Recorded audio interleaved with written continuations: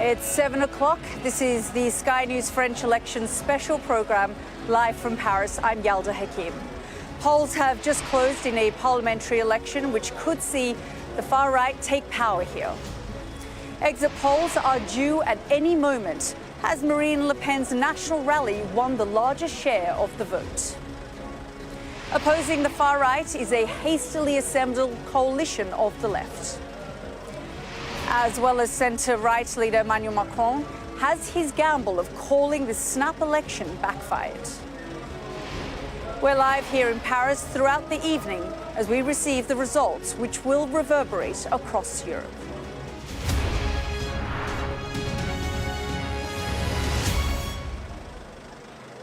Good evening from Paris. I'm Yalda Hakim. France's President Emmanuel Macron stunned the establishment here when he called a snap parliamentary election less than a month ago. He decided to roll the dice following European elections in which his centre-right government was roundly beaten by the far-right National Rally Party. But with the polls closing in the last minute or so, has Mr. Macron's gamble backfired? Ahead of tonight's results, National Rally has been expected to win the most votes, with the potential to propel them into power for the first time. But it's still not clear if the party will win enough seats to take control of the French National Assembly. So tonight, as the results come in, we don't yet know who will be in charge of France coming tomorrow morning. Well, let's go first to our Europe correspondent, Adam Parsons, who's at the National Rally's headquarters in Paris. And Adam, they're gathering there to wait for these results, the first exit poll results to come out. But what's the mood like there at the moment? Yeah, let me tell you, the mood is not good here among the supporters of the Ensemble National, because the first exit poll has come out and it is sensational. After a week of us talking about a possible victory for this party, potentially the first far-right party to lead the French government since the Second World War, the estimations are that they have been beaten into third place, that the coalition of the left and the centre, who decided to withdraw candidates simply to thwart Marine Le Pen, has worked. The exit poll that we have in front of us suggests that far from it being the RN, it is in fact the left-wing coalition, the new Popular Front, that is predicted to get between 175 and 205 seats. They predicted to win, but then, remarkably, second place is predicted to go to the Ensemble coalition. That is President Macron's centrist grouping, who are predicted to get between 150 and 175 seats. This, remember, just 7 days after Macron's party had an absolute nightmare in the first round when they were pushed into third place. The RN predicted to get 150 to 150. And so even if this poll is optimistic, the most optimistic prediction for the RN, 150 seats, would still be fewer than the most pessimistic prediction they're making for Ensemble and for the new Popular Front. This is, I have to say, an absolute shock after these days of discussion about the rise of the far right, about what was seen as the intoxicating power of Marine Le Pen and Jordan Bardella. And what has happened here, I think absolutely for sure, is that in the intervening time, there have been enough people across France who have decided that they want to vote simply to thwart these people, the far-right Rassemblement National, the far-left and the centrist groups, who at times have expressed loathing for each other, have worked in concert in a couple of hundred constituencies more, that they have removed candidates so that all of that support can coalesce effectively as an anti-RN vote, and it seems as if it has paid off. Now, what I would say right now is this doesn't mean that we know what is going to happen, what France is going to look like tomorrow, because clearly from those figures we don't have a party that has anywhere near an absolute majority. It would, if these figures are right, there is, I suppose, a chance that Ensemble might have done really well and could end up as the biggest party, in which case frankly, we carry on as we were before. And Emmanuel Macron will regard this as the most extraordinarily successful gamble. If it isn't that way, if the left-wing coalition turns out to be the biggest, then he will have to follow custom and approach them and ask for them to nominate somebody to be Prime Minister. We don't know who that will be. We don't know if they would go along with that. We don't know what the mechanics are that lie ahead of us. I have to say, we've already heard real booing here. I think there is a sense of creeping shock among these people who gathered for a celebration. This is, of course, an exit poll. Exit polls can be wrong. The one in the United Kingdom was very, very accurate. But at the moment, what this exit poll is telling us is that the seismic shock that had been so widely predicted of a far-right party taking possibly an overall majority, if not being the biggest party in the French Parliament, has not come to pass, and that actually the Ensemble National have been punched down into third place. Quite an extraordinary sort of early outcome that you're talking about there, Adam, and the opposite of what we've been hearing all week, especially after that first set of results came out last Sunday, and especially given, as you say, they were gathered there to celebrate, and what we're seeing at the moment is something very, very different. After, frankly, for weeks we were hearing that the far right were at the gates of power. Yeah, exactly right. You just heard more booing there. I mean, I think there is a sense that is creeping into these people. On the other side of the room, they brought champagne into this meeting. These people thought they were on the cusp of history. The Rassemblement National, I don't think expected tonight to get an overall majority. They did expect to be the biggest party in Parliament. They've been hearing that for the past week. But what happened was this, what's called a Republican front, where the left and the centre came together. Now that, on the face of it, sounds like it might be straightforward. It is hard sometimes to overestimate the dislike between Emmanuel Macron, the president, the centrist president, and Jean-Luc Mélenchon, the leader. Adam, I'm going to interrupt you. Group there. Yeah, Adam, let's just hear from Jean-Luc Mélenchon, who's speaking at the moment. Let's have a listen in. He's threatened, but now they can be reassured because they have won.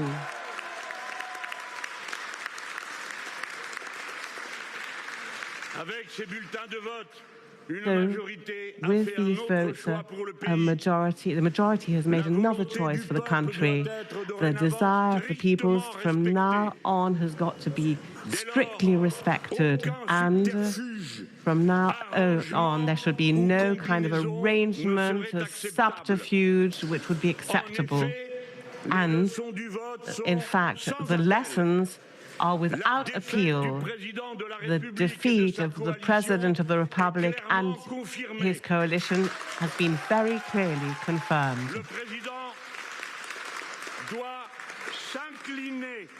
The President has got to accept and recognize this defeat without trying to overcome it in any way whatsoever. And the Prime Minister has to leave. And, in fact, he never had the trust of the National Assembly, and he's, in fact, directed the campaign which has been lost by his camp, and, in fact, the peoples have voted against him. The President has got the power, the President has got the responsibility to ask for the new Popular Front to govern.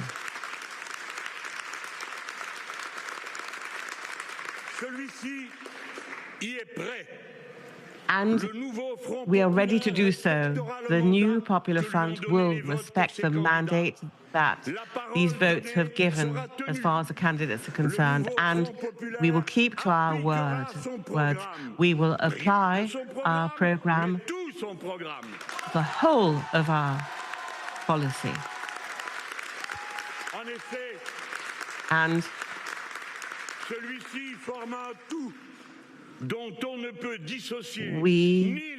everything is included. We won't dissociate various parties, nor, in fact, receipts, expenses, nor various measures that will be introduced. And from this summer, the measures that we have envisaged will be taken by decree without voting, and the abrogation of retirement at 64 years old, blocking prices, increasing minimum wage,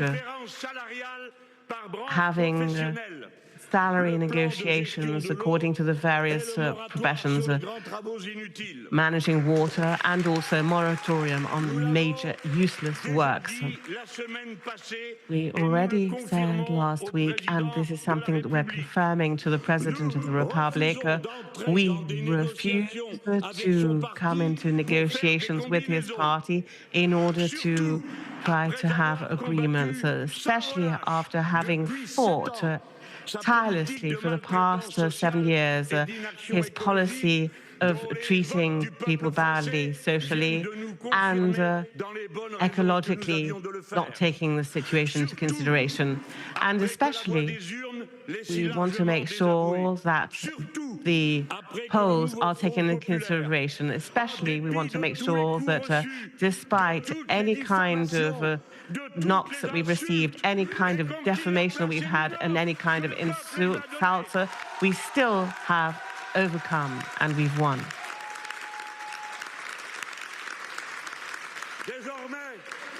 And from now on, the votes have been obvious.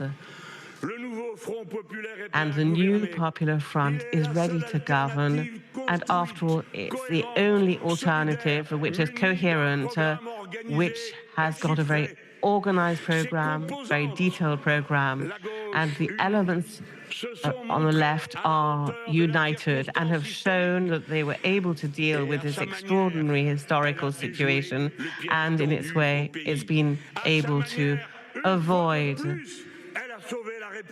what was going to happen. Once again, it saved the Republic. We saved the Republic. And once again, we can begin to work on ecological matters, social matters, and our people, our time, our world, our Europe need. So, dear friends, men and women, comrades, throughout the country, we're waiting with fear and emotion for this moment. And we were able to go against all kinds of prognosis, thanks to your commitment, thanks to your loyalty, thanks to your faith. And so when the poet sings to the sun that covers France, there's something in the air which has ensured this transparency and this taste of happiness.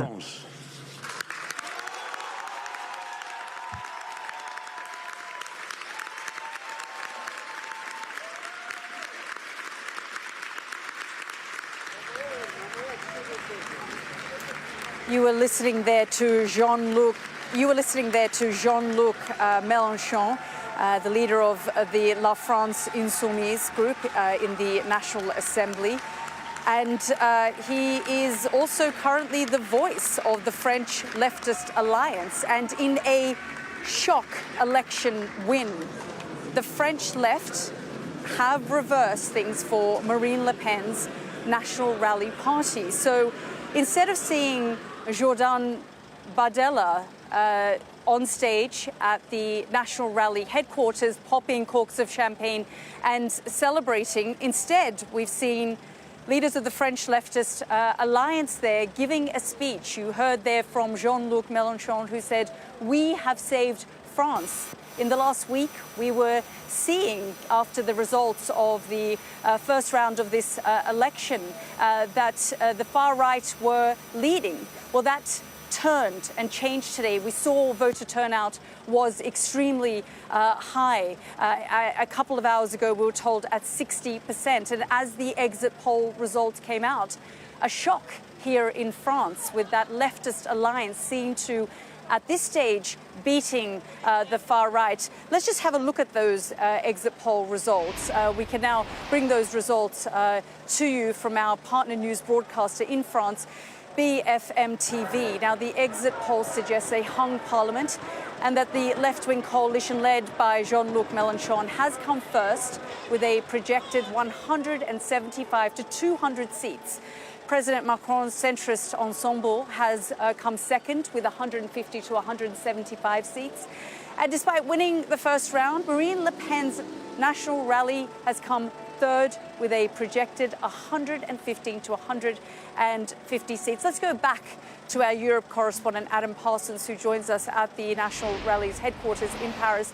And Adam, I mean, clearly a subdued mood there. When we last spoke, you talked about the champagne bottles at the headquarters there. We've just heard from Jean-Luc Mélenchon, and perhaps even he wasn't expecting this kind of shock result.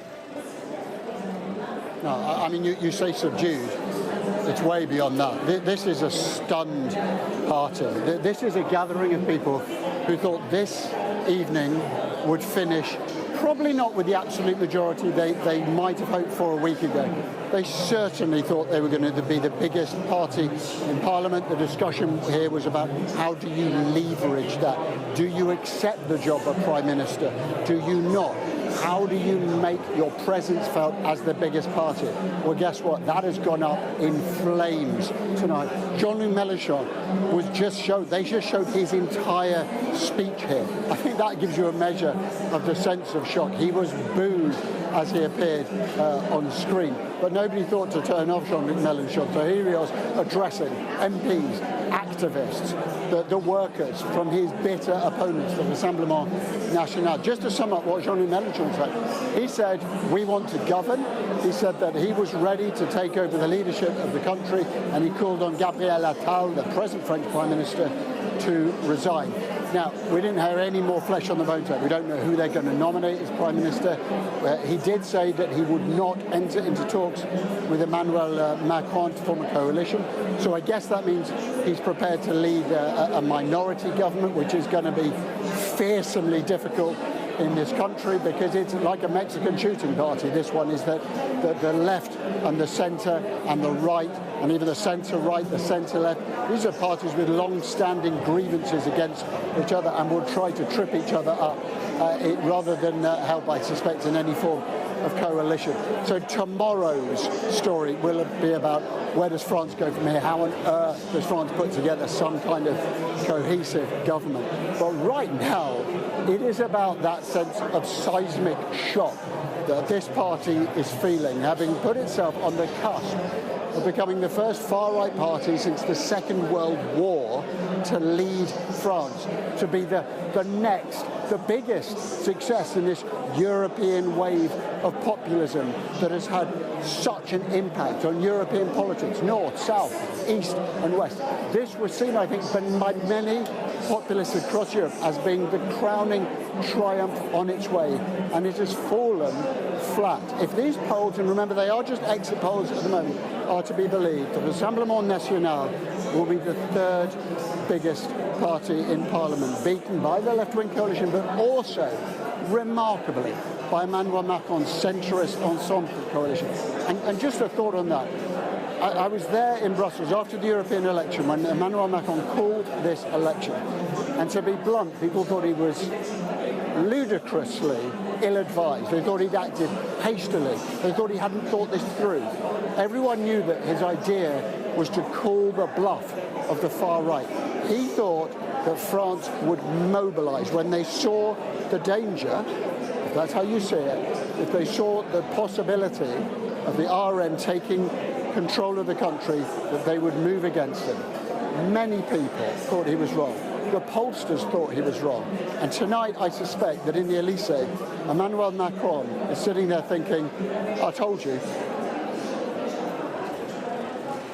Indeed. And Adam, we will continue to talk about how this potential left alliance will be formed. As you say, these are results based on the exit polls, and we'll know more. And then how that will work with Emmanuel Macron's party and how tricky that could potentially be. But for now, thank you so much. Let's go to our international affairs editor, Dominic Waghorn, who's also in Paris for us. And Dom, this is a shock result. We were expecting to be going to the RN's headquarters for their celebrations. Instead, we heard there from Jean-Luc Mélenchon, who has said, "We saved France," and talked a little bit about his program there. But you're on the streets of Paris. Just tell us about what people are saying where you are and how they're responding.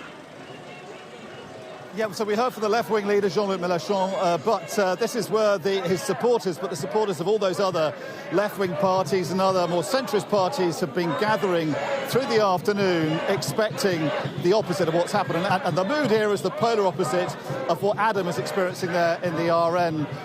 What they were hoping to be a celebration, and now it's turning into a bit of a wake if these exit polls turn out to be correct.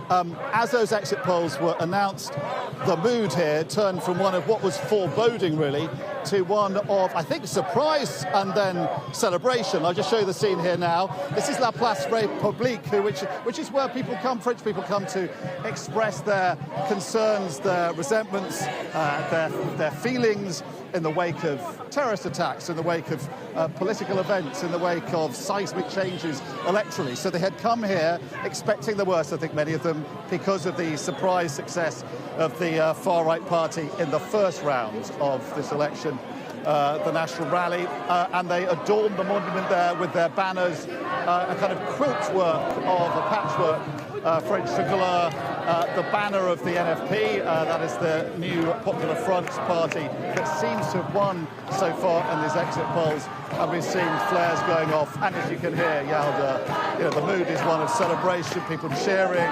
singing, and it's a total transformation in literally 20 minutes or so. Let's talk to one of the people celebrating tonight so far. Yvonne, what is your response? Now, these are exit polls, so we don't know the final result, but the indication so far, a big surprise, that the coalition that you support appears to be well ahead in the second round of the parliamentary elections.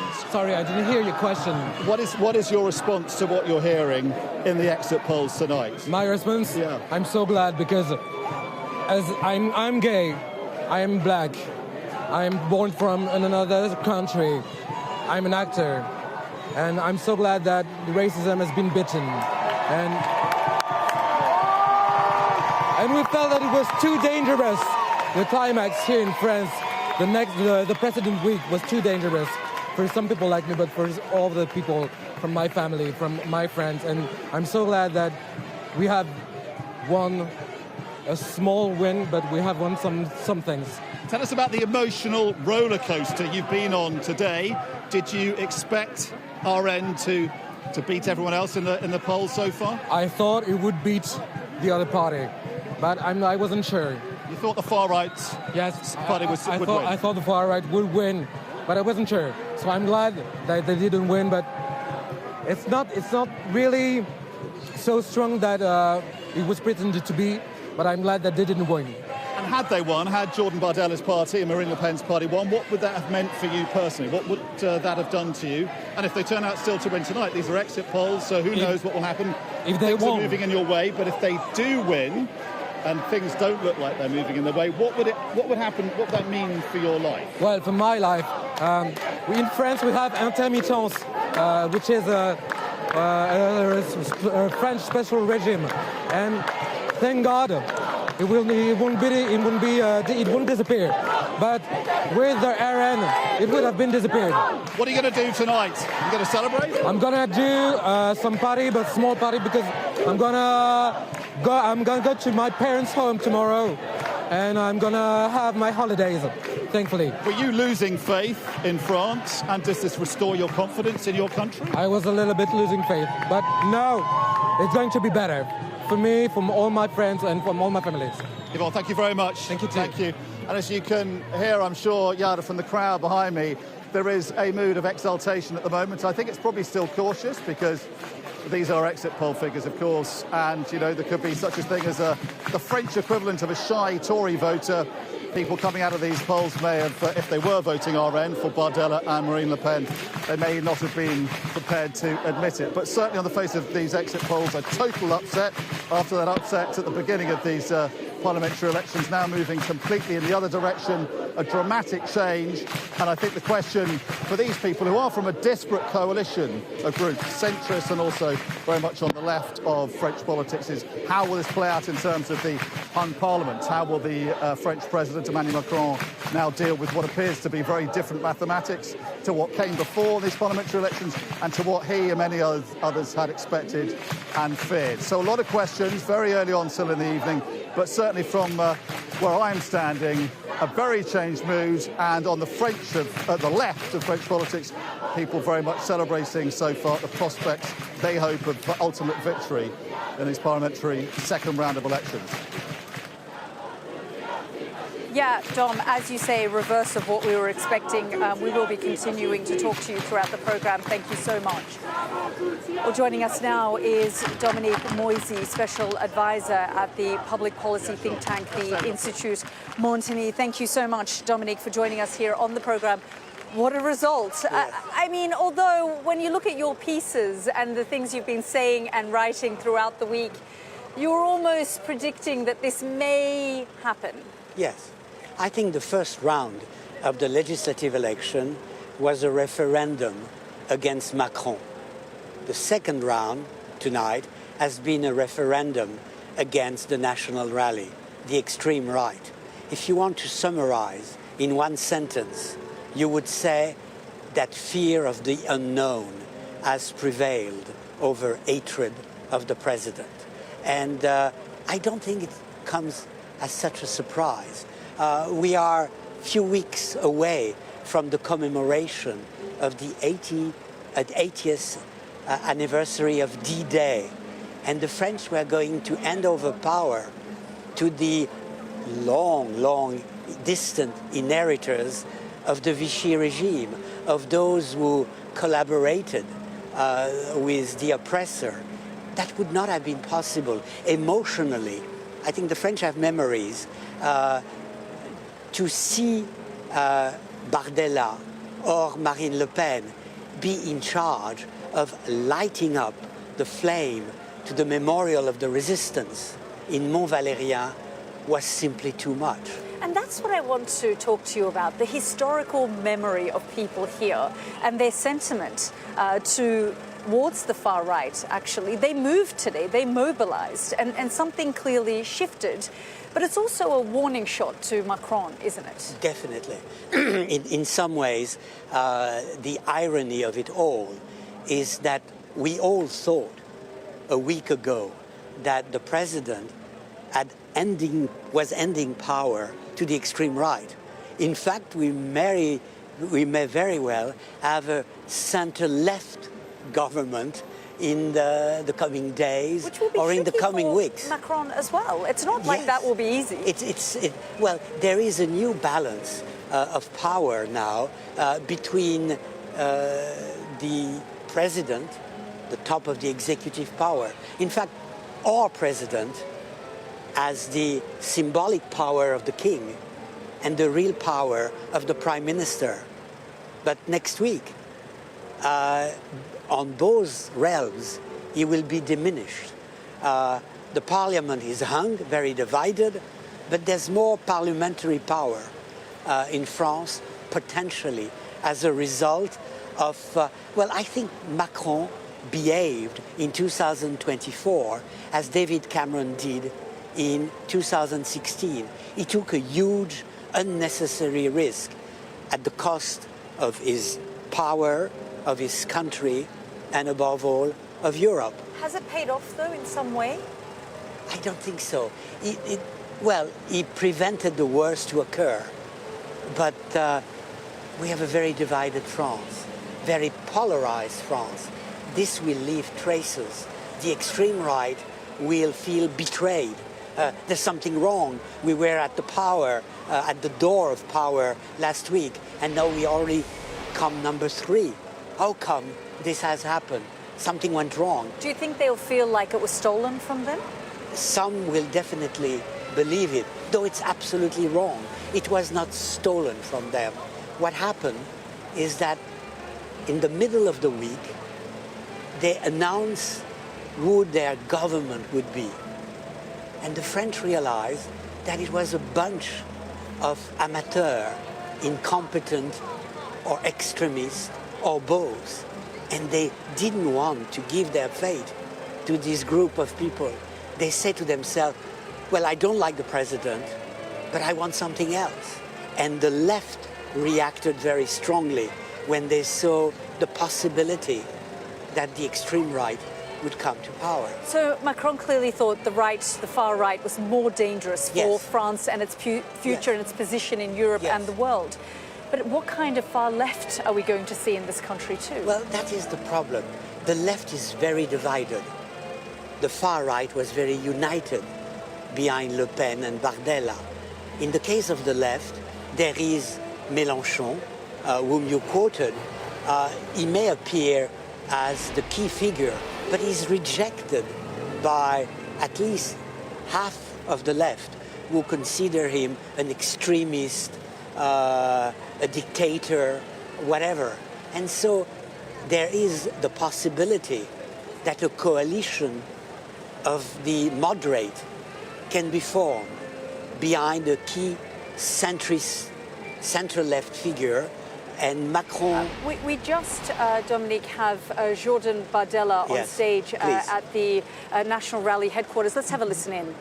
No longer take advantage of our party. In the first round, we had 34%. This evening, these electoral agreements means that we're thrown into the extreme left, into the arms of Jean-Luc Mélenchon. And at the first round, we were certainly at the head, and we were able to double the number of MPs. And in many, in fact, constituencies in France, we had 45%. Taking into consideration the policy that's going to be applied in the next month, and will respond to any kind of concerns of the French people. So, considering the policy that's going to be applied in the next few months and will not take into consideration any of the concerns of the French people, we incarnate more than ever the only other possibility in comparison to the party tonight, Philippe Poutou and Edouard Philippe. I'm saying this tonight with extreme seriousness, to deprive millions of French people of the possibility of seeing their ideas will never be a viable destiny for France. So this evening, by trying to paralyze our institutions, Emmanuel Macron has not only pushed the country towards uncertainty and instability, he deprives for many months the French people of any kind of response to their daily difficulty. In full crisis of purchasing power, even though lack of security and disorder is hitting the country, France is deprived of a majority and of a government to act and to be able to, not to be able to help France. Today we've understood that, in fact, these electoral arrangements, which have been orchestrated from the Élysée, from a president who's isolated, and an incendiary extreme left, won't lead the country anywhere. To create a single party, the question all our compatriots are asking, the following question: what are they going to do? I know how many millions of French people must be frustrated, and I know their expectations. So I would like to say to them that over the past few months, hope had arisen, and no longer, and this hope will always exist. So this evening, everything is beginning. The National Rally is going to amplify its work at the National Assembly with Marine Le Pen, and we're going to ensure national union, and we're going to gather together all the French people and also other democratic possibilities at the European Parliament. In the end, our MPs will play their role within a major group that will, in fact, refuse migratory submersion, punitive ecology, and confiscation of our sovereignty, because after all, the national rally is different to others. It will not go into any kind of political compromise. So today, as tomorrow, it'll be at the side of the French people and ready to take on its responsibilities. We don't want to have power just for the sake of power. We want to have power in order to be able to give it to the French people and to restore the sovereignty of the nation and to be able to make sure that France gets out of its problems. To all French people, I would like to tell you that my intention, in fact, is stronger than ever. I will be there. I will be there for you, with you, right until the victory. So this evening, it's just a beginning. An old world has fallen, and nothing can stop a people that has begun to victory. Long live France, and long live the Republic. That was Jordan Bardella speaking there at the National Rally HQ, saying that I will be here with you until we reach victory. But no doubt, shock, stunned, and really a sense of surprise at this result. We're listening there to our Adam Parsons, who's at the headquarters there, telling us that they had champagne bottles. There was a sense of jubilation and celebration, which suddenly turned to upset, and the celebrations turned into some kind of wake. So lots of different types of moods across France today at this result. Let's bring in Dominique Moisy, who's here with me at the moment. I mean, I guess Jordan Bardella wasn't expecting to give that kind of speech tonight. No. In the last few days, he realized it would be difficult for him to reach Matignon, the seat of the Prime Minister office, but he could not envisage such a fall from grace, coming number 3 after dreaming of being number 1 for a long period of time. But in fact, what strikes me as an historian, so to speak, is that in 2016, the British opened the way to populism. After voting Brexit, the American voted Trump in. And if you look at the results of the second round of elections, you could say that the British are opening the way for France in the best possible scenario by giving power to the extreme center and by returning to rationality and moderation after a strange 8 years. Will the French follow the British path? This is my deep wish, but I don't know, I'm not sure. The situation is going to be confused. As you said, there will be a hung parliament, there will be strong negotiations. It's clear now that the battle will first take place within the left itself, with Mélenchon saying, well, we won, I'm the natural leader, open the door of Matignon to me, which Macron will not open and which the majority of the left will not want him to reach. Dominique Moisy, really fascinating talking to you. Thank you so much for joining us here on the programme. Well, let's go back to the National Rally headquarters and speak to Adam, who was just listening there live to Jordan Bardella for us. And Adam, as we were talking here with Dominique Moisy, it was not the speech he was expecting to give tonight. No, it really wasn't. And he came here earlier than expected and got a big ovation, got a big cheer as he came in, big cheer as he came out. But, and as he left, he gave the big Vive la France. But this was a speech laced with frustration, anger, and disappointment. If I can summarize it, his opinion is we were stitched up, we were denied the victory that we rightly should have had, but we have shown our strength and I'm not going anywhere. So that is the message that Jordan Bardella, I think, wants France to take from this, is that this is not, in his eyes, the end of the story, that this is the RN showing what it is capable of, but also He wants to raise the spectre that the political establishment has done for them. And this is a playbook, of course, that we have seen very often in America, in Europe and beyond by far-right parties, by populist leaders who are blessed with the eloquence of people like Mr. Bardella, who in defeat say, well, you, the people, wanted us, but there were establishment plots to keep us out. Now, where that slightly falls out is that he is referring to Jean-Luc Mélenchon effectively as the establishment, a far-left leader. As he leaves here, Jordan Bardella, he is still, I think, the golden boy of this party. But what we now have, as you have been talking about, is a mass of questions about where France goes now. And there are simply no clear answers tonight.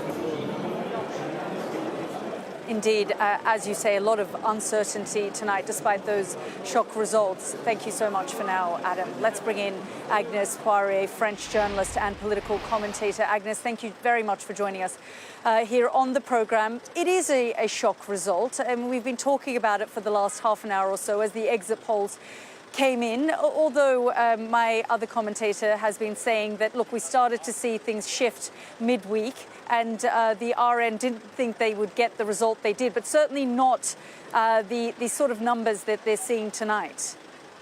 Yes, the Republican front has, for the fourth time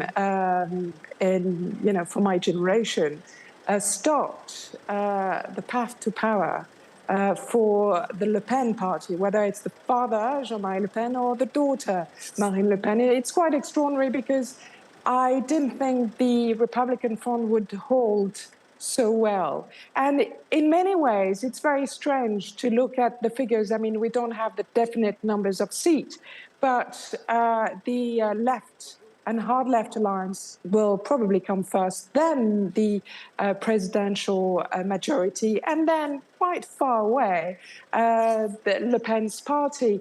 And it's a relief, but then, hard things are going to start as soon as tonight or in a couple of hours once we have absorbed that relief and the shock, which we didn't expect.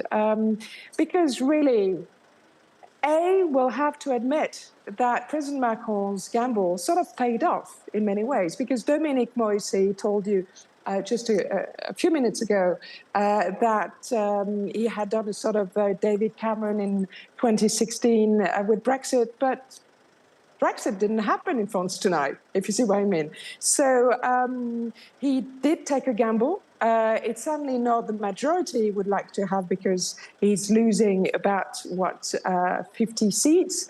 And the left is gaining around 40 seats, perhaps 50. And the far right is also gaining about 40 seats. But it's, he asked the French to take responsibility, and they did. They did.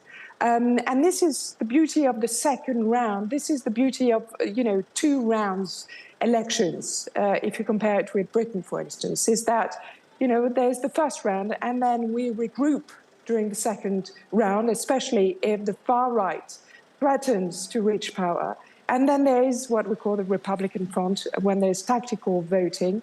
And this is the result we got tonight. But hard things are going to start tomorrow, because, Jean-Luc Mélenchon, whom we heard first tonight after the results, is the hard left candidate, is pro-Putin.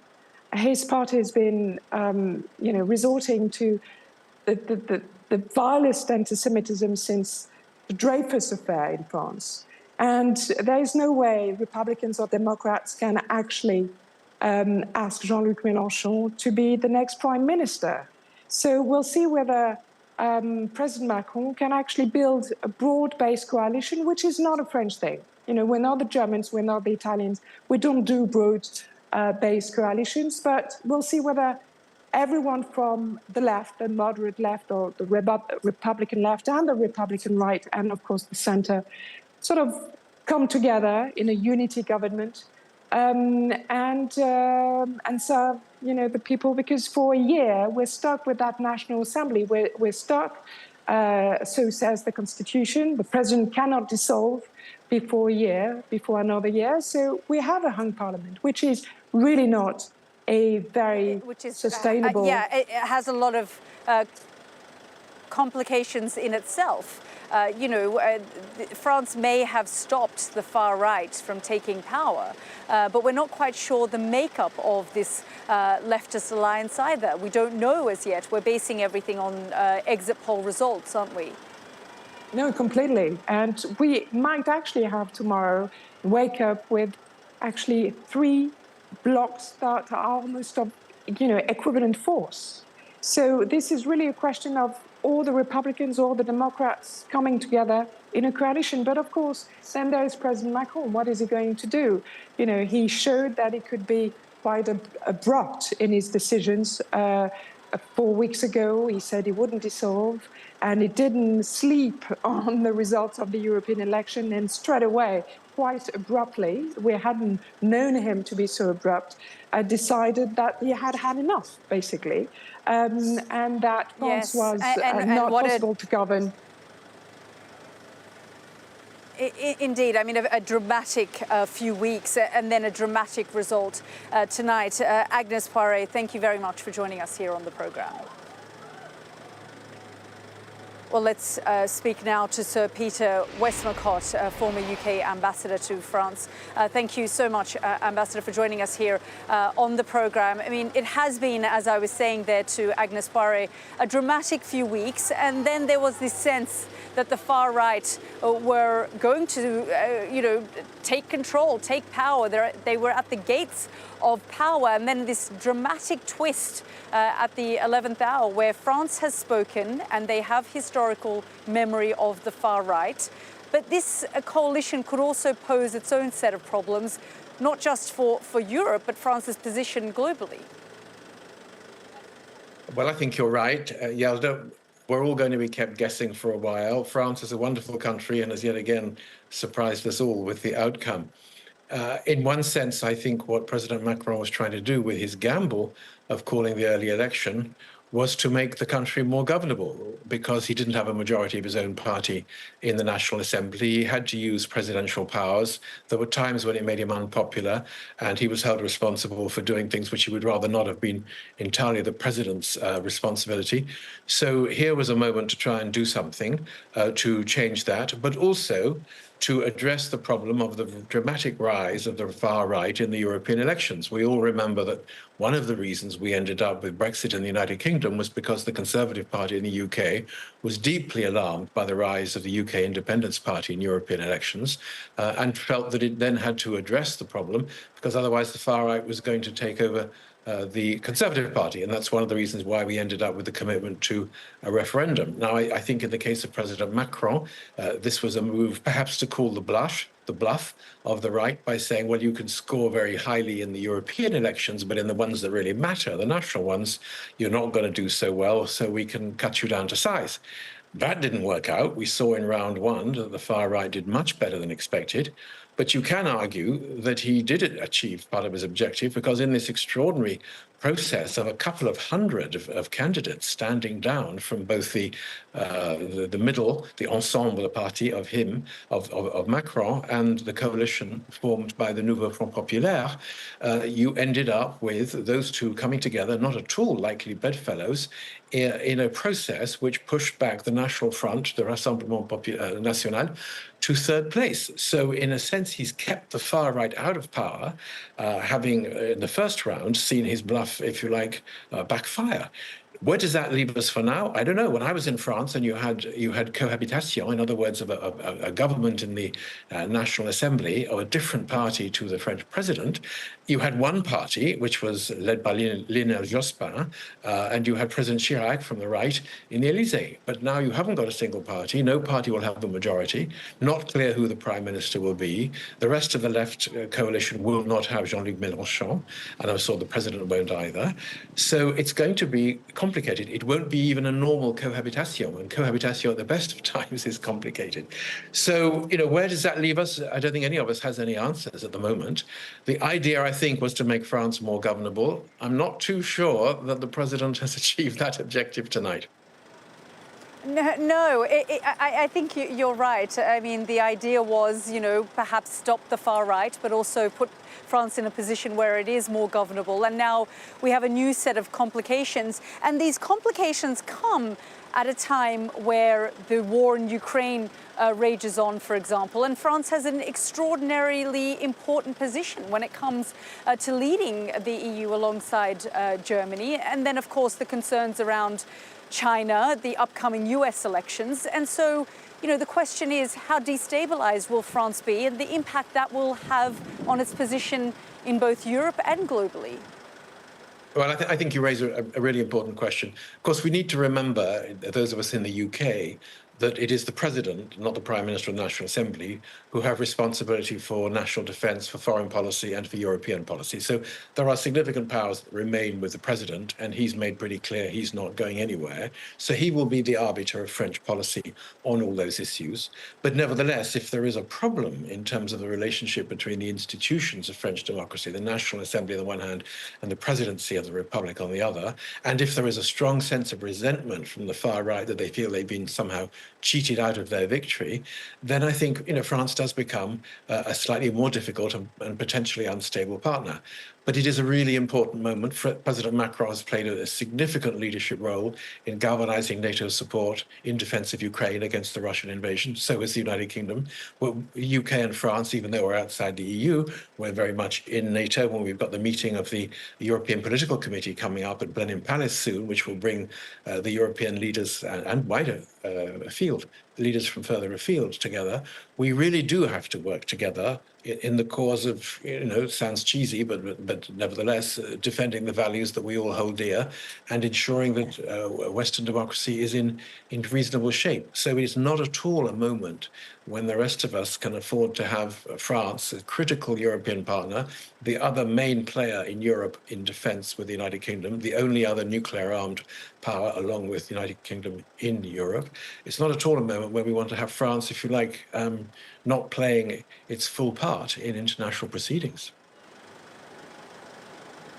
Indeed, but I guess on the other hand, what it does symbolize, I guess, is that France has historical memory, and this is France mobilizing against having a far-right government. And, had that happened, it would have been the first time since the Second World War. So for at least now, I guess this country and the rest of Europe can take a deep sigh of relief for many who are concerned about the sorts of policies that Marine Le Pen, although her party has repackaged itself, those tendencies many believed were still there. Yeah, you're right. There's a tradition in France of if you like, coming together to see off the risk from the far right or fascist tendencies. They did it in 1936 when the National Front, I think, first came into existence. I remember that President Chirac won a second term, having only won 19% in the first round, because everybody, if you like, held their nose and voted for him, even though they weren't from his own party, in order to ensure that the National Front, led by Marine Le Pen's father, did not come to power. So, yes, this is the way in which, if you like, the institutions of French democracy can rally round to ensure that things don't go off the edge into a ditch. But I think there are important question marks. This is not going to be, as I was saying, a normal cohabitation. There may be some resentment around amongst those on the right who feel they've been denied their opportunity. And I think the president's position, having called this election in order to make, I think, France rather more governable, is going to be a bit more criticised, if not vulnerable, because he doesn't have to go anywhere until the next presidential elections take place 5 years after he was re-elected. So I think, yes, you could breathe a sigh of relief, but we do need answers to a lot of questions which are not at all apparent at the moment as to what is going to be the political direction that France follows in the coming weeks and months. Indeed, big questions. Sir Peter Westmacott, thank you very much for joining us here on the programme. Pleasure. Well, joining us now, thank you. Well, joining us now is Charles Kupchan, a former senior director of European affairs at the US National Security Council during the Obama administration. Thank you so much for joining us here on the programme. I mean, tonight, France is a country perhaps in a state of shock. Some would be taking a sigh of relief. Others are mourning. There are thousands of people out on the streets of Paris at the moment, and what was going to turn into perhaps riots has now turned into celebrations. But with you where you are, how are you viewing these results? Well, I think the view from Washington is one of relief in two respects. One is there was real concern here about the National Rally winning a majority and a far-right government taking control of the National Assembly, and that would send a very bad message about trend lines in our democratic societies as we here in the United States head into our own November election. And secondly, the National Rally has ties to Russia. We don't know whether the Bardella would have pushed for a change in policy toward Ukraine. But I think the view from Washington is we're unlikely to see any big changes in foreign policy as a result of this election in France. And as a consequence, steady as she goes. That's important with the NATO summit about to open here in Washington in a few days. On the other hand, I would say there is cause for concern in the sense that one of the trend lines that this election demonstrates is the center is weakening. The far left and the far right in France have done well. We saw that in the recent European Parliament elections. Here in the United States, the center has been weakened over the last decade or so as more and more working Americans find it difficult to make ends meet. So I think what we're seeing here is not so much that the far right has been rejected, but these are anti-incumbency moments. The far left and the center engaged in strategic voting. They withdrew their candidates as a way of preventing the far right from gaining a majority in the parliament. But this is chapter 2 of many chapters to come. The key question is, where are we heading when it comes to democracy here in the United States and in continental Europe? Will the center hold? No one can answer that question as of today. Yeah, at a time when, you know, the world is engaged, and certainly the West is engaged in major conflict in Ukraine, for example, and big questions that are being asked. But we're really grateful for your time here on the program, Charles Kupchan. Thank you very much for joining us. Well, a lot of uncertainty tonight. We saw those shock results this evening, about an hour ago at 8 p.m. when those polls closed. The first exit poll results came in, and we were told that instead of the far right reaching some form of majority, although not an outright majority, we've now seen the far left gaining most of the seats. So the situation has reversed. We were expecting riots on the streets. We still don't know how that will unravel, but we are following all the developments here on Sky News. So do stay with us. Lots more coming up in the next few minutes here on Sky News. We'll leave you with these images.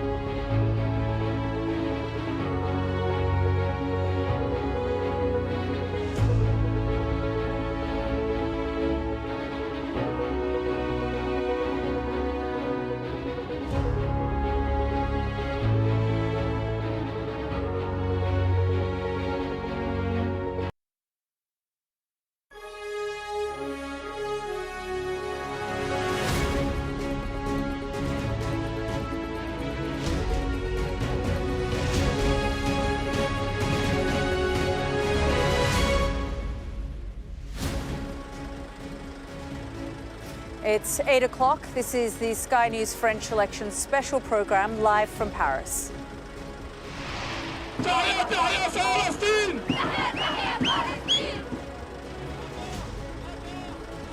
Celebrations in Paris as the exit polls suggest the far right has failed to win this country's parliamentary election. It's a blow to Marine Le Pen's National Rally Party, which is now predicted to come third. A hastily assembled coalition of the left appear to be the likely winners.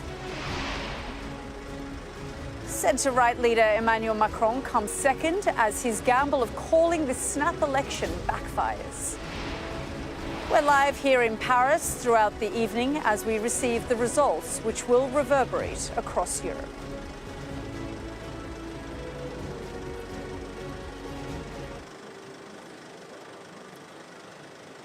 Good evening from Paris. I'm Yalda Hakim. A shock here tonight as the exit polls predict that the far-right National Rally Party has failed to win the French parliamentary election. They had won the first round of voting and were widely predicted to win tonight. But let's show you what the exit polls now suggests will happen. Have a look at this. The exit poll suggests a hung parliament, but that the left-wing coalition led by Jean-Luc Mélenchon has come first with a projected 175 to 205 seats. President Macron's centrist Ensemble has come second with 150 to 175 seats. And despite winning the first round, Marine Le Pen's National Rally has come third with a projected 115 to 150. Our Europe correspondent Adam Parsons is at the National Rally's headquarters in Paris. Adam, quite a mood shift there tonight. Earlier, we heard from Jordan Bardella. It was a somber speech, not the kind of victory speech that we thought we would hear. No, it's been a pretty extraordinary evening for the Ensemble National, whose supporters thought they were going to come here tonight, probably not to see a party take overall majority, but at least to see their party be the biggest in the new parliament, to be the dominant force, to be the party that was being talked about, to have Jordan Bardella discussing whether or not he would be Prime Minister. And it has all gone wrong for them. The air has gone out of the balloon here at the National Rally. Jordan Bardella's speech mixed anger and disappointment, accusations, and also a recognition that what beat the National Rally was a concerted effort by the opponents to effectively thwart him and Marine Le Pen, to stop the National Rally rather than necessarily seizing victory for themselves. And that is frankly borne out by the polls, which have shown a big difference between the first round of this election a week ago and what we're seeing now. And that is that the biggest party is projected to be a left-wing alliance, which includes communists, socialists, and a party called France Insoumise, led by Jean-Luc Mélenchon, the veteran left-wing campaigner, socialist leader, and he has already said that he wants to take power. Now, a couple of things about that. First of all, you might wonder, what does Jean-Luc Mélenchon stand for? Well, he stands for higher taxes, for wealth taxes, increased public spending, repealing President Macron's very unpopular move to raise the retirement age.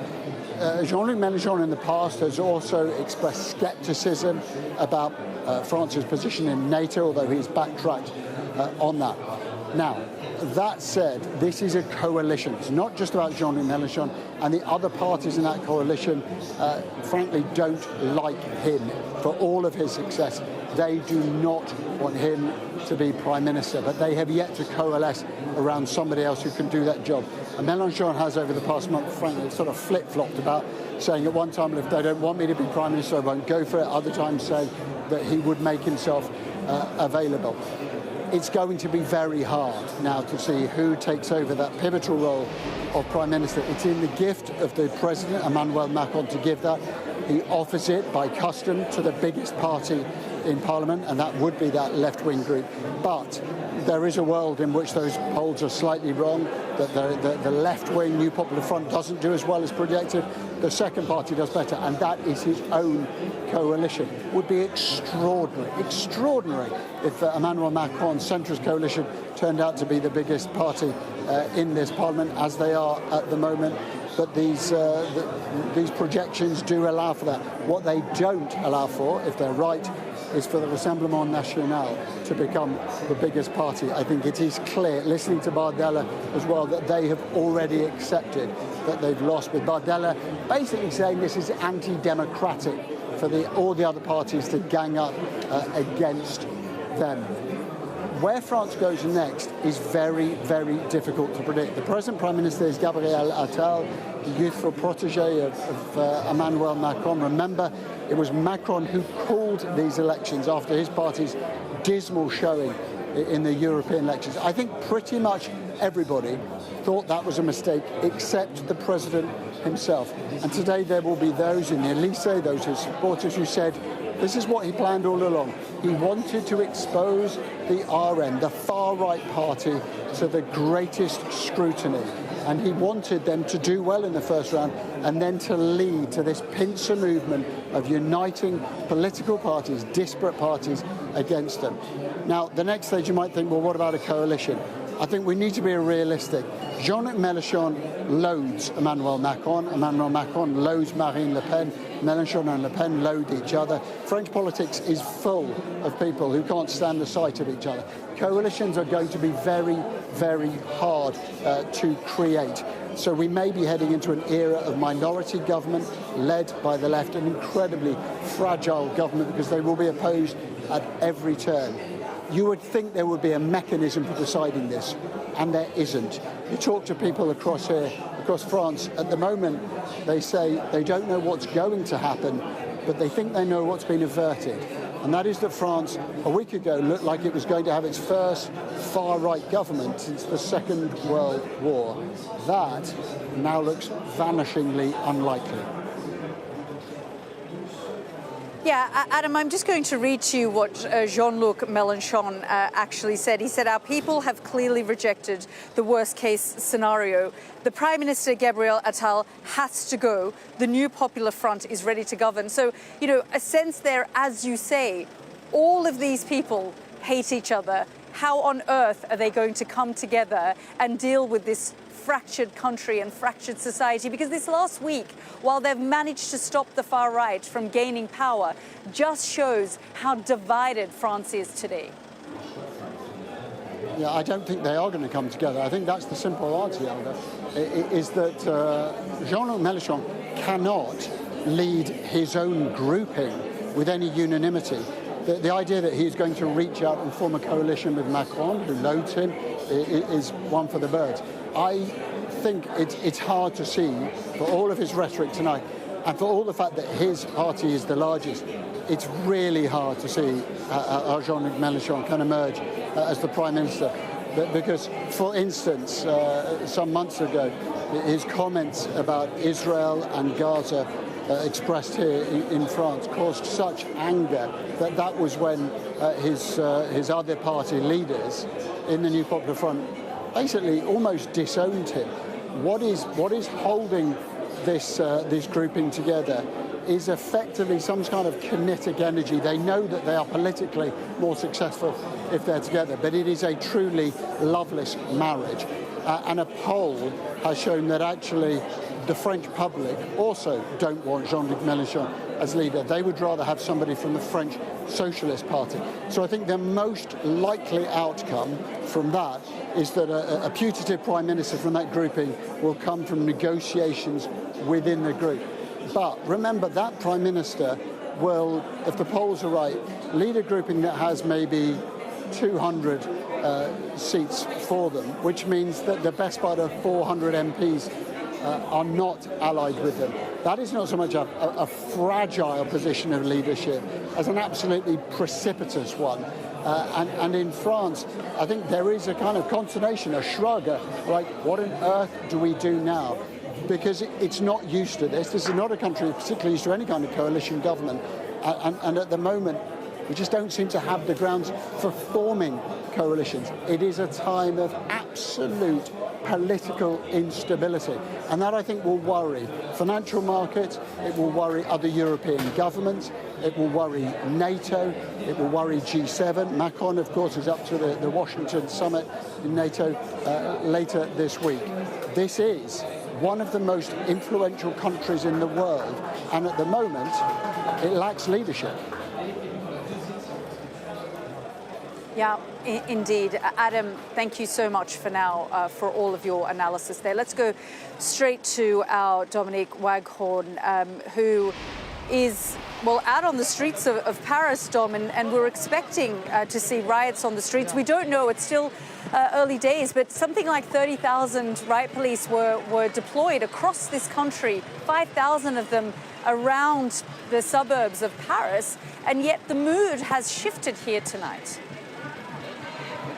Well, Yalda, I was just making way there for a trolley of beers, of lagers to get past, because this place has turned into a party and they're preparing to celebrate, I think, through the night. And what a change in the mood here.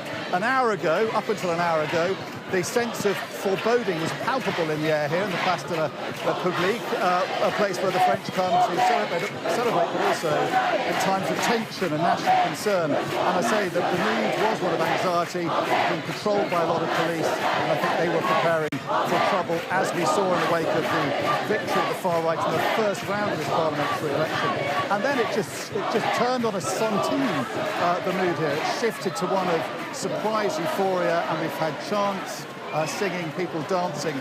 I'll show you the monument behind us, adorned with a patchwork quilt tricolor, the colours of the French national colours, but also of Palestine. Actually, a lot of supporters here are Palestinians, and that red banner there is the popular front, banner as well. You can see there the coalition of left-wing parties. It seems so far, according to exit polls, police prevailed very surprisingly in the second round of the parliamentary elections. Let's talk to two people who've paused their celebrating and waited very patiently to give us their reaction. Marceau, first of all, what was your reaction when you heard the news from the exit poll?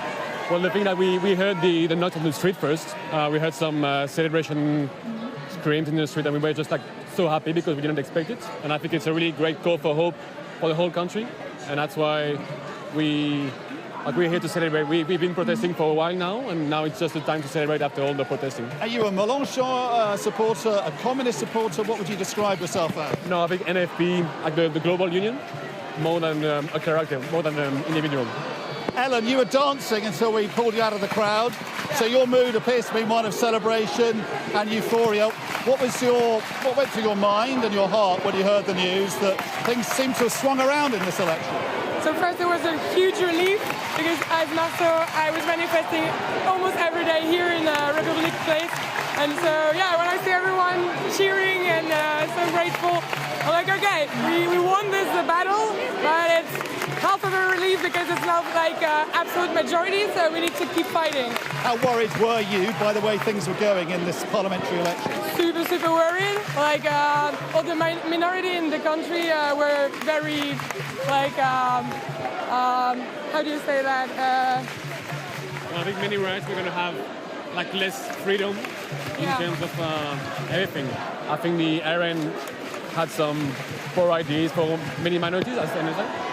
What does Macron do, though, now? Because he has a different set of mathematics in the parliament to deal with. If these polls are borne out through the evening, is he going to be able to form a cohabitation, do you think, with the left-wing coalition that seems to be prevailing in this election so far? Well, I'm not sure if he has choice.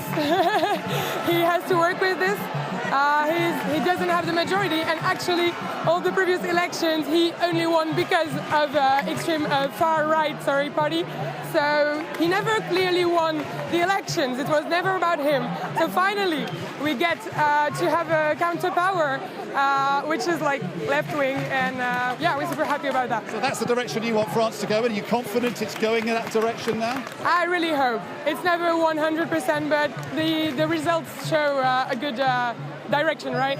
So how are you guys going to celebrate? What's your mood going to be? What's the mood here? Describe to people in Britain what the feeling is here tonight in Paris. I mean, I'm shaking, I'm smiling, I'm dancing, I'm yelling. All my friends are here. I think just having everyone in the same mood is a great thing. And it just seemed like we're not one person in our apartments, we're just a big group celebrating a common victory, and it's a big hope for youth and for France at all. So good. Ellen, thank you so much. We'll let you get back to your celebrating. Yeah, so the mood is one of exultation, of euphoria, very different to what it was until just over an hour ago. It's an outcome which we've been hearing from a number of pundits already tonight, Yalda, is a typically French outcome, things changing very dramatically.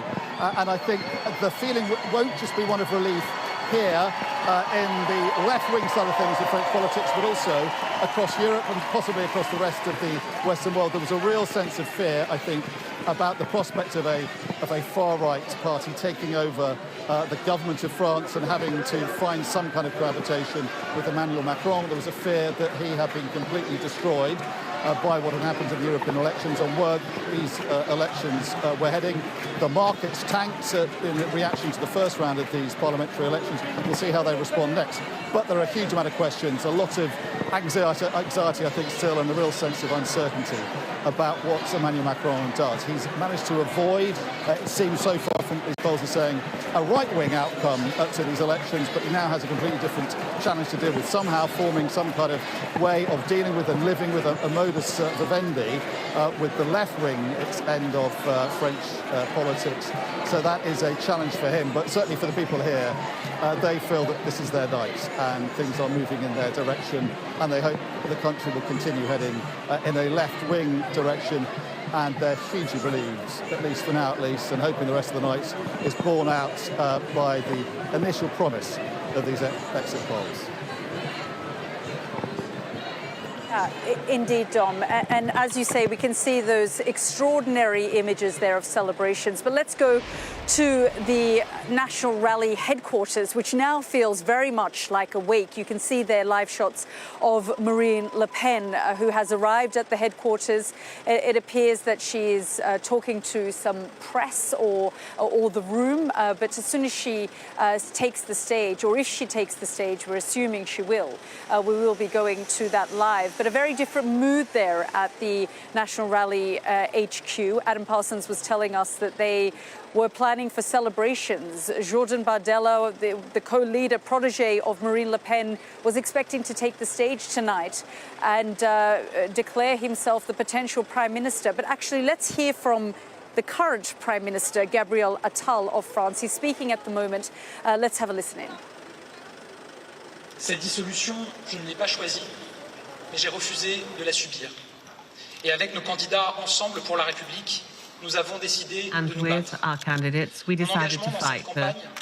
My commitment in this campaign was a responsibility. Right from the beginning of this campaign, I alerted on three risks. The risk of an absolute majority dominated by France Insoumise, and the risk of a majority by the National Rally, and also the risk of a movement that incarnates our ideas and values. These three risks were, in fact, set aside by the French people. This evening, there's no absolute majority that can be obtained by the extremes, and we owe this to this French spirit, which is so deeply attached to the Republic and to its values. And this evening, the political current that I represented during this election, that of the Republic and that of progress, that of authority and of work, that of the ecological transition and the European construction, is certainly alive and well. Thanks to our determination, thanks to the strength of our values, we were able to hold. We are upright, and we have 3 times more MPs than some of the polls said at the beginning of the campaign. Of course, I have a thought for all candidates who are representing the Republic, and also for those who sadly have lost this election. And I'm also thinking of those who decided to withdraw between the 2 rounds. And I'd like to thank each and every one of them, express my affection and my absolute loyalty. Ladies and gentlemen, to be Prime Minister is the greatest honor of my life. Everywhere I've been, I was thrilled to meet you, to talk to you, to listen to you. Everything you told me made me think. And the links that we were able to establish were something extremely precious. And the political position that I represented in this campaign, even though we had 3 times better results than had been envisaged, doesn't mean that it's a majority. So faithful to the Republican tradition, I will actually withdraw tomorrow morning. I know that in the light of the tonight, French people are feeling a certain amount of uncertainty as far as the future is concerned because there's no absolute majority.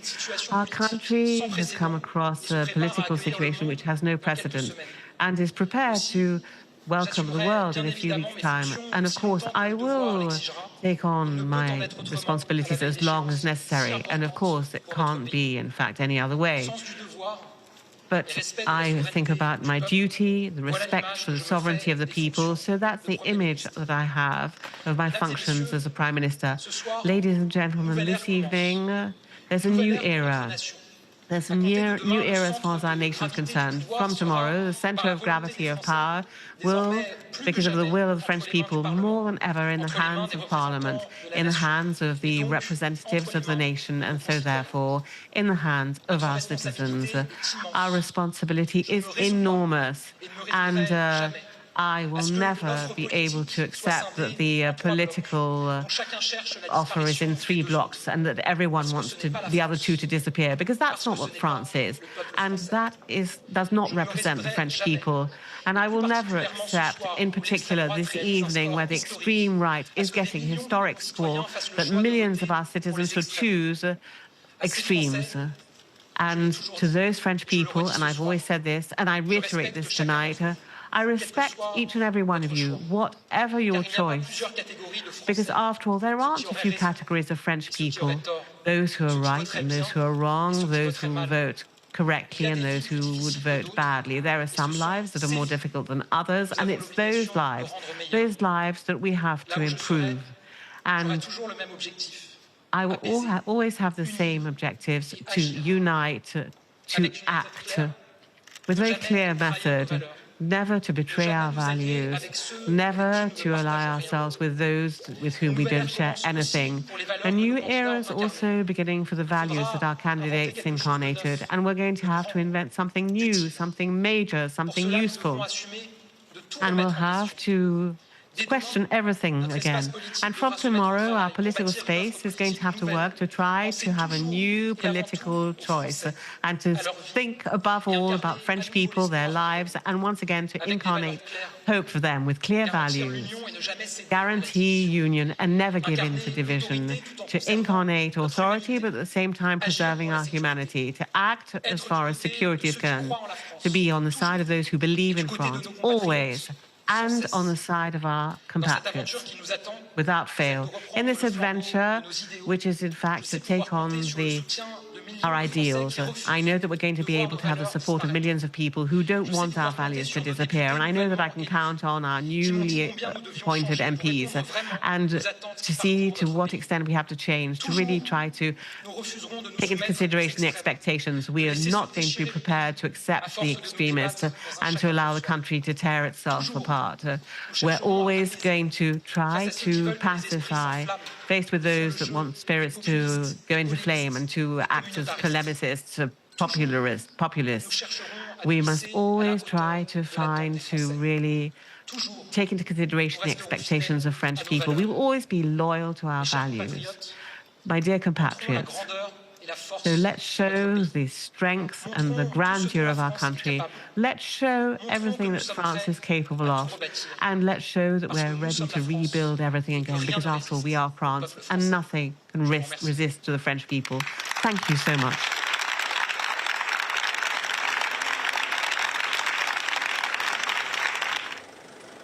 You were listening there to Prime Minister Gabriel Attal. He's just offered his resignation to President Macron. Quite a dramatic moment there. And the French President, Emmanuel Macron, said that, well, his office rather has said that he is analysing the exit poll and will wait for the full picture to emerge in Parliament before taking the necessary next decisions and that's according to his office.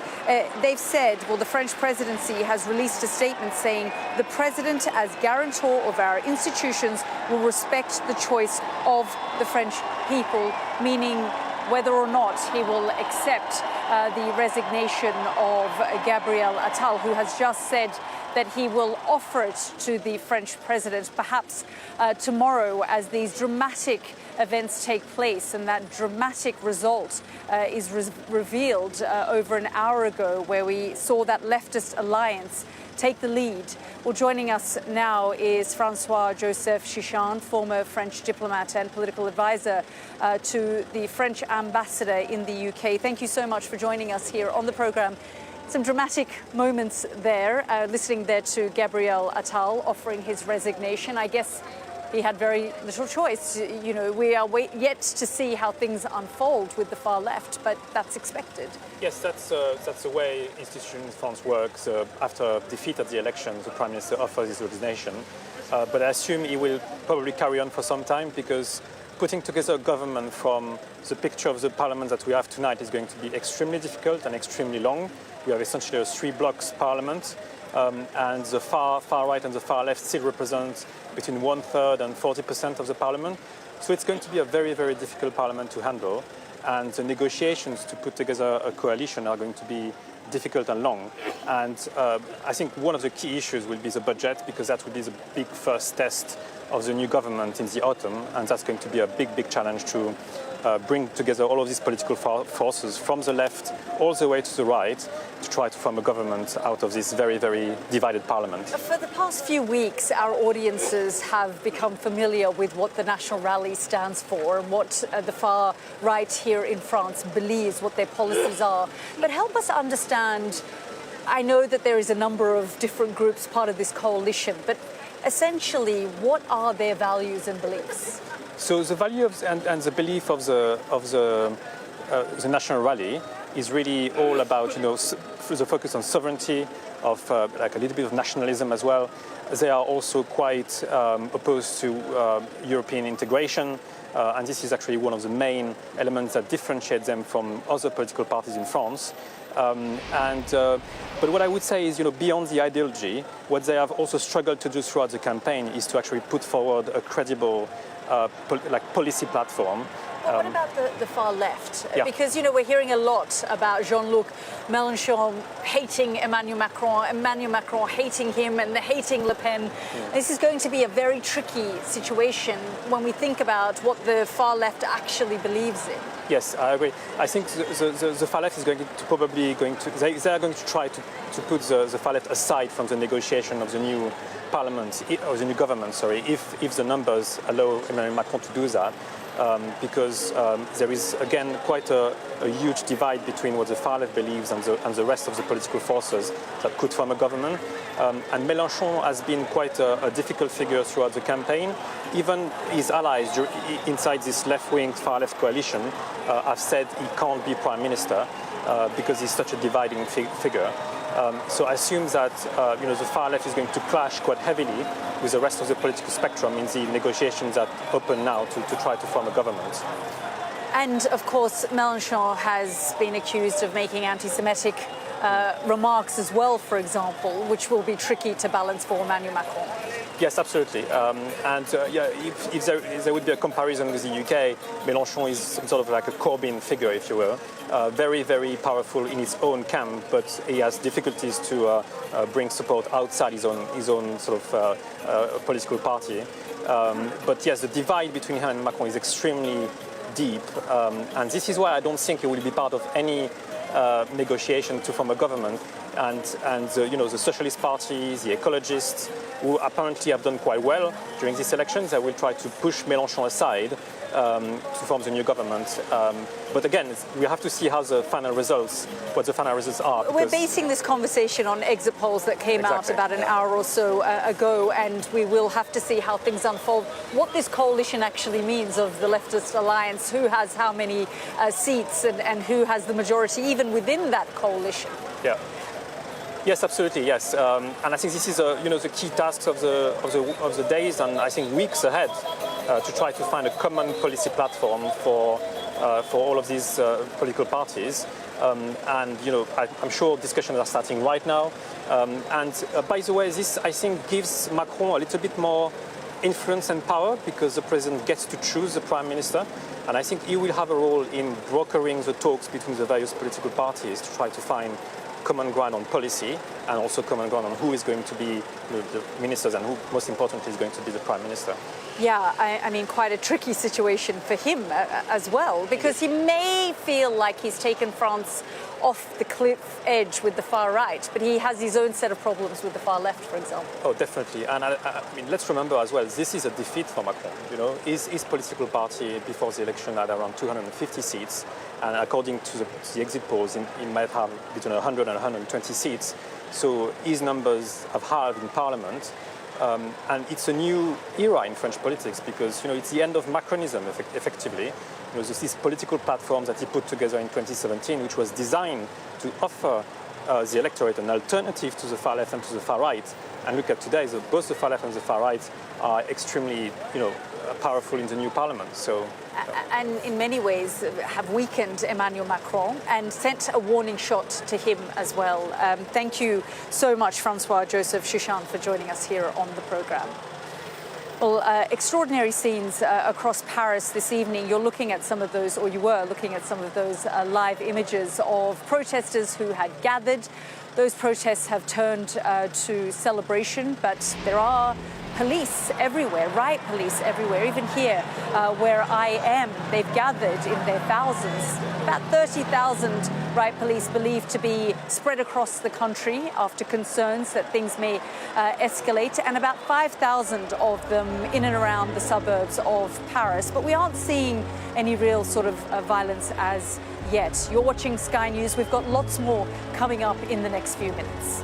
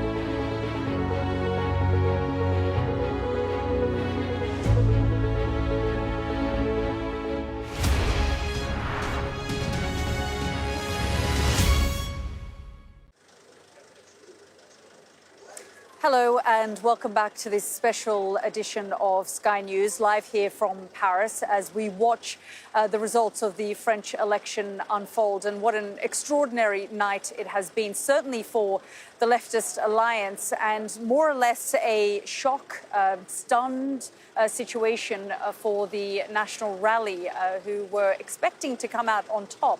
And that situation has been reversed. We have been speaking to a range of guests here this evening in Paris. But joining us now is Arnaud Dacier, former candidate for the Republicans' National Rally in Paris. Thank you so much, sir, for joining us here this evening. You were knocked out of the second round, the first round rather, last week. But were you expecting this result for the National Rally today? The polls were saying something else, obviously. So no, it's a little bit of a surprise. We probably knew that we will not have a majority. So it's just a difference in the number of seats, but the situation is quite the same that the one that the polls were saying. What is your feeling and the feeling of your party this evening? We've been seeing those images coming out of the headquarters. I think there is a little bit of disappointment, but there is a great hope for the future, because the number of votes that were gathered are way above what they were 2 years ago. And so I think there is a huge dynamic that is not translated into seats because of political games, of withdrawals, and people who voted for each other, even though they have nothing in common. And so I think it's a beginning of something. And I think I'm very optimistic for the next elections, wherever they come in 1 year or 3 years from now. But do you think this is France sending the far right a clear message that they have historical memory and they don't want the far right governing this country? It's a message coming from one part of the population, but there is another very strong message from the other part of the population, which is we want these ideas to come into power to solve issues like immigration, insecurity, debt and deficits of public spendings. So, there is a growing concerns on both sides, and I think there is a polarization, obviously, of politics in France.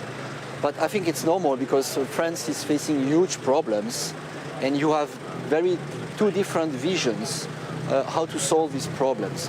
The problem is more on the side of my party, the Republicans, where they should have chosen to make an alliance with the National Rally, and they didn't. And I think it's a huge problem for them. Do you think that they will now consider this? I think they should, because otherwise they will, not be able to come back to power and to solve France issues. So I think they have a huge responsibility now, because doing what they do, the only results is that we will have a left or even more a leftist government in France, and that's not what they want. But here we are tonight. How do you see things unfolding? Because there is a huge level of uncertainty about how this government will form, how it will come together and how it will work with President Macron.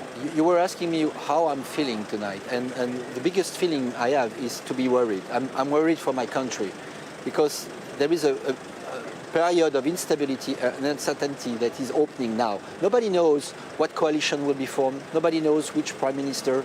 And more than that, nobody knows what is the project that this coalition will be able to propose. Because the people, they didn't have the opportunity to have a public debate about it. They didn't choose a positive project. They chose to oppose. And to oppose is not a project. And that's coming at the worst moment for France, because France has huge problems to solve, like debt. And I think this instability and uncertainty is the worst thing, especially for the international markets, because they don't know if France will be able to face the huge debt, public debt that the country has. And it's a big worrying problem for me and for the country. Arnaud Dossier, I'm going to keep you there for a second and bring in my colleague, Dominic Waghorn, who also joins us here in Paris. And Dom, it's about 9:40 in the evening. We're seeing those images of riot police in the streets. There are thousands of riot police in around the suburbs of Paris, and frankly, tens of thousands across this country, concerned that this, despite the results, which we saw there with you, celebrations, but things could escalate quickly here. Yeah, there's been a huge police presence here, but also across the country, as you say. Thousands of police out of the streets patrolling the Place de la République.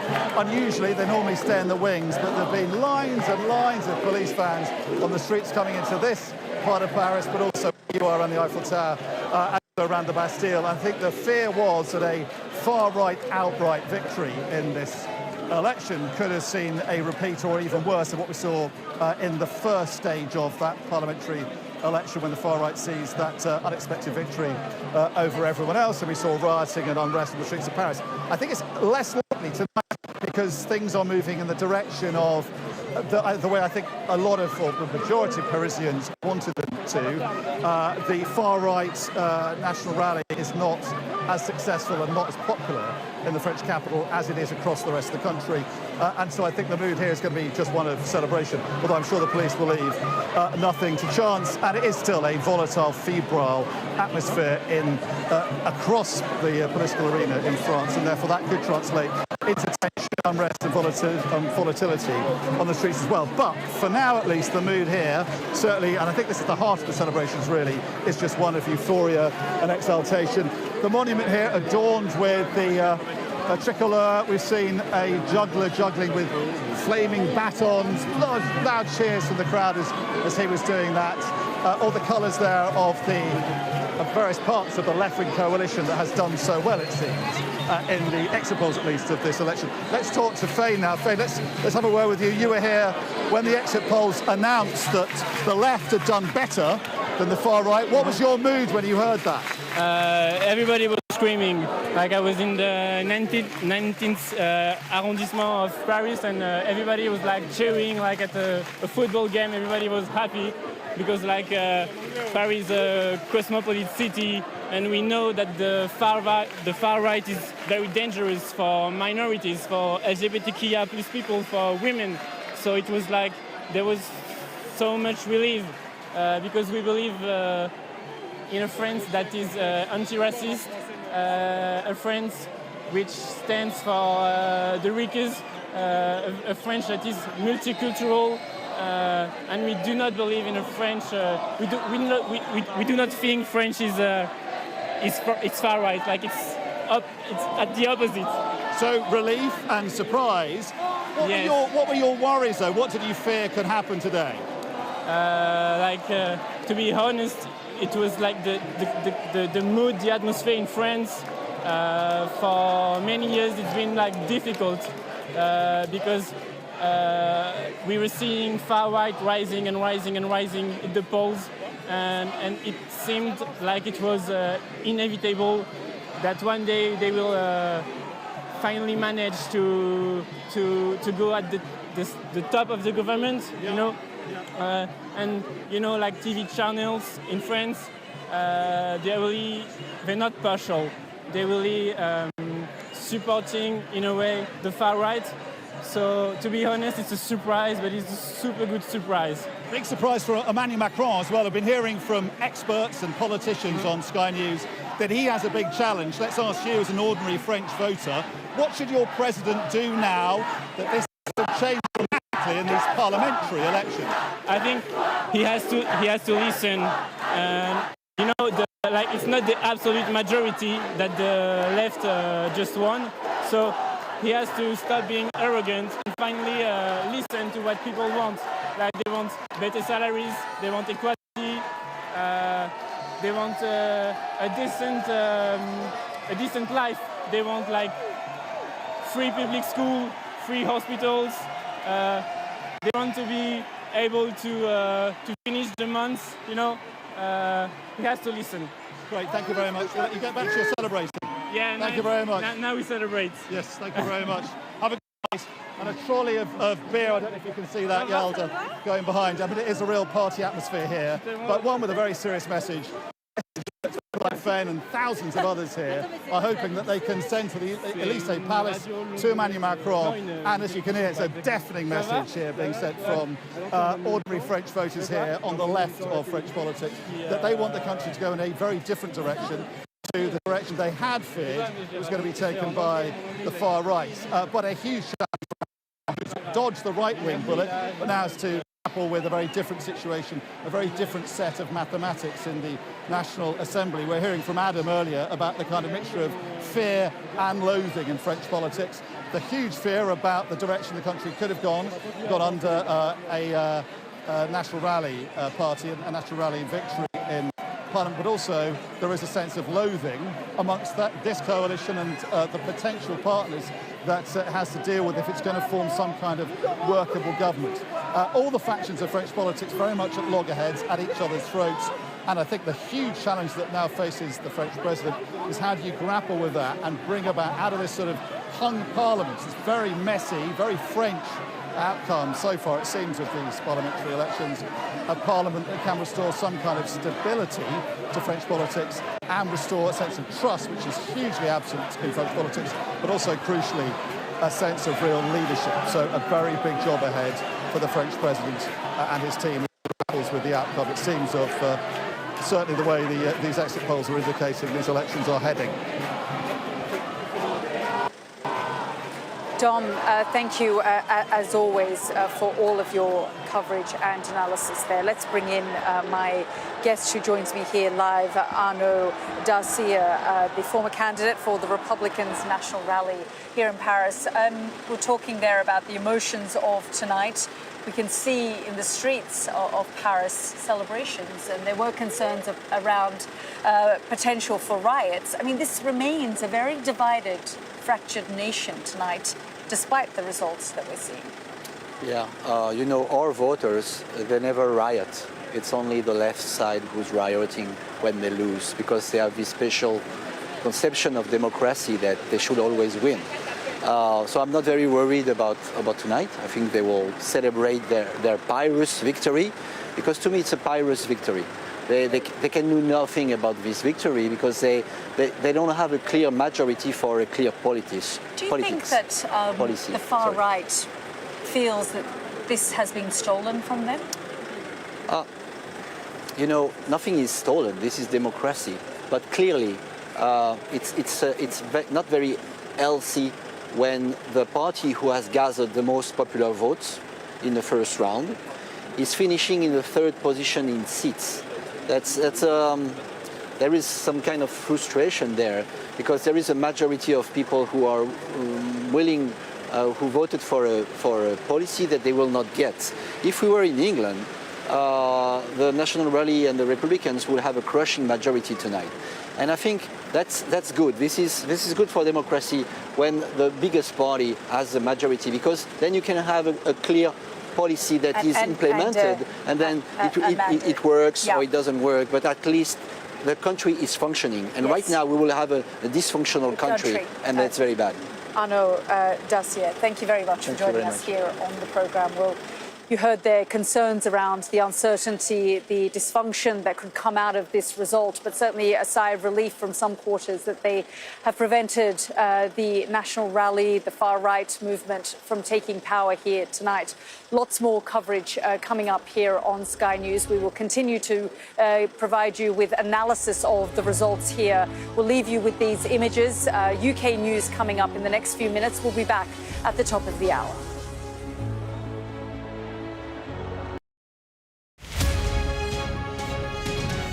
This is all about improving the care of children with cancer. And it's a study into a genetic test called whole genome sequencing, which is available to all children with cancer through the NHS England Genomics programme. Whole genome sequencing is special because rather than looking at just particular parts of a child's cancer genome, we're able to look at the entire readout of that child's cancer genome. This means that we get lots of useful additional information that we showed throughout the study, but most importantly, it can also change the care that some children with cancer receive. So, for example, through knowing that a child has a less risky form of cancer, we can give them less intensive treatment and therefore give them less toxic side effects from intensive chemotherapy. Whole genome sequencing is really being proved as the gold standard genetic test for children with cancer. And you're totally right to point out that one of the things that we showed in this study is that whole genome sequencing can reproduce all the genetic tests that we currently do on children with cancer. So often throughout their treatment journey, we'll do a whole host of different targeted genetic tests. But what whole genome sequencing can do is, at the point of diagnosis, get all that information in one test, which is a more efficient way to do it, and also gives that additional information which can go on to improve the care that children receive. As well as looking at the cancer genome, and you're right to say that every single child's cancer genome is individual to that cancer, and we can see that when we do whole genome sequencing. We also look at the genome that the children have when they were born. And that means we can think, is it more likely that they were going to have cancer when they were born through their genetic code?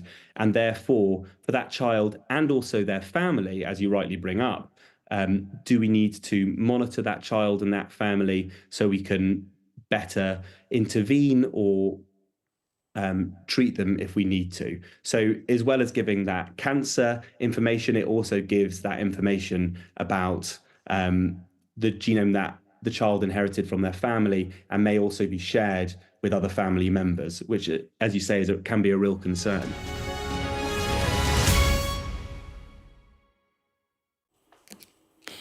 Good evening. New Prime Minister Sir Keir Starmer has been in Edinburgh, where he greeted the Scottish Labour leader in front of a small crowd of supporters. It's his first visit as part of a nationwide tour since his party's landslide victory. He says there's nothing inevitable about the election win, insisting that Labour won because they campaigned for change. There's nothing inevitable about an election win. There's nothing inevitable about what happened here in Scotland. We won because we changed the Labour Party. We won because we campaigned as changed Labour. We won because Anas and Jackie and all of you changed Scottish Labour and put it in a position to win that election. And we will govern as changed Labour with the same mindset, the same ethos. And yes, this is part one. Part two comes in 2026. And imagine what we could do, what more we could do. But we start the delivery now. Because that mandate that we won on Thursday was a very clear mandate for change across Scotland, across the whole of the United Kingdom. Meanwhile, the new Home Secretary, Yvette Cooper, has unveiled more detail on the government's plans to tackle small boat crossings.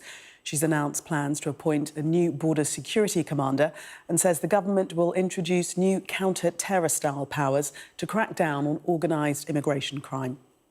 Well, the Prime Minister has obviously set out the position on the Rwanda scheme, whereas we know the Conservatives ran this scheme for 2.5 years and sent simply 4 volunteers, as well as hundreds of millions of pounds. I will be auditing all of the details around the money and the legislation and the processes, and I will set out more details to Parliament. But the first step in our approach to all of these issues is to make sure we are putting the money instead into boosting our border security, and that is why we are today launching the Border Security Command process to make sure that we can get the new commander and new cross-border police in place in order to strengthen Britain's border security. The former Conservative Chancellor Nadhim Zahawi says it's time for the party to regroup after losing the election. But who will be first to throw their hat into the ring to replace Rishi Sunak as leader? Here's our political correspondent, Darren McCaffrey. This has been a very difficult night. The Conservative Party has let you down. The scale of our crushing defeat. There aren't many things Conservatives have agreed on recently, but the scale and scope of the defeat on Thursday is forcing the party to face some hard truths. not least of all, who will lead them in opposition. Whoever comes forward they come forward with a plan of how to unite the party, bring us back together. As I say, I think the biggest challenge for us is unity. And I think the lesson, if we haven't learnt it yet, then we really will be in trouble, is that we have to present a united front to the country. This weekend, no one has formally declared, but it is becoming increasingly clear who might run, even if they aren't quite saying it. My absolute focus at the moment, and the reason I came on today, was genuinely not to talk about leadership, because this is not the moment for this. I honestly don't think that 3 days on from a general election in which we've just lost so many of our friends and colleagues, that it is right to have self-indulgent conversations like this. And the former Home Secretary, Suella Braverman, who's almost certain to run, didn't hold back in the Sunday Telegraph, describing the campaign as an idiotic strategy, that voters aren't mugs, we failed in office and deserve this result. For the Conservatives, there are no easy answers. There are largely two camps, those who want to tack to the right and see reform as a bigger threat, and those who want a more centrist approach to take on the Lib Dems and Labour. And then there are those, including Marcus Fish, who lost his seat, who want a more radical approach. If it was me in charge, I would just dissolve the party and I would start something fresh. Let's be clear about this. You want to destroy the current Conservative Party as it is? Yes, I think it needs to be dissolved as an entity, and I think a new party needs to phoenix out of its ashes. MPs return to Westminster on Tuesday, and for the Conservatives, it's not just going to be a battle over who leads the party, but a battle over the process too, with some arguing that it needs to be sorted soon, by the end of the summer, others suggesting that the Conservatives need time to think and that it should ultimately be put off until the autumn. Whatever they decide, candidates will start to formally declare soon, and debates will be had. But the fear for the Conservatives is rather than healing divisions, this leadership campaign will only divide them further. Darren McCaffrey, Sky News, Westminster. Let's take a look at the weather for you now. Well, the outlook remains cool and changeable into next week, with further showers or longer spells of rain. It'll be largely fine this evening, but there'll be a scattering of showers with thundery downpours possible. They will ease and fade overnight to leave most places dry and clear, but patchy rain will reach southwest England later. It'll turn quite chilly for July, especially in rural spots, with a few fog patches forming after a mostly sunny start tomorrow. This is Sky News. Coming up, more live from Paris as the French election results come in.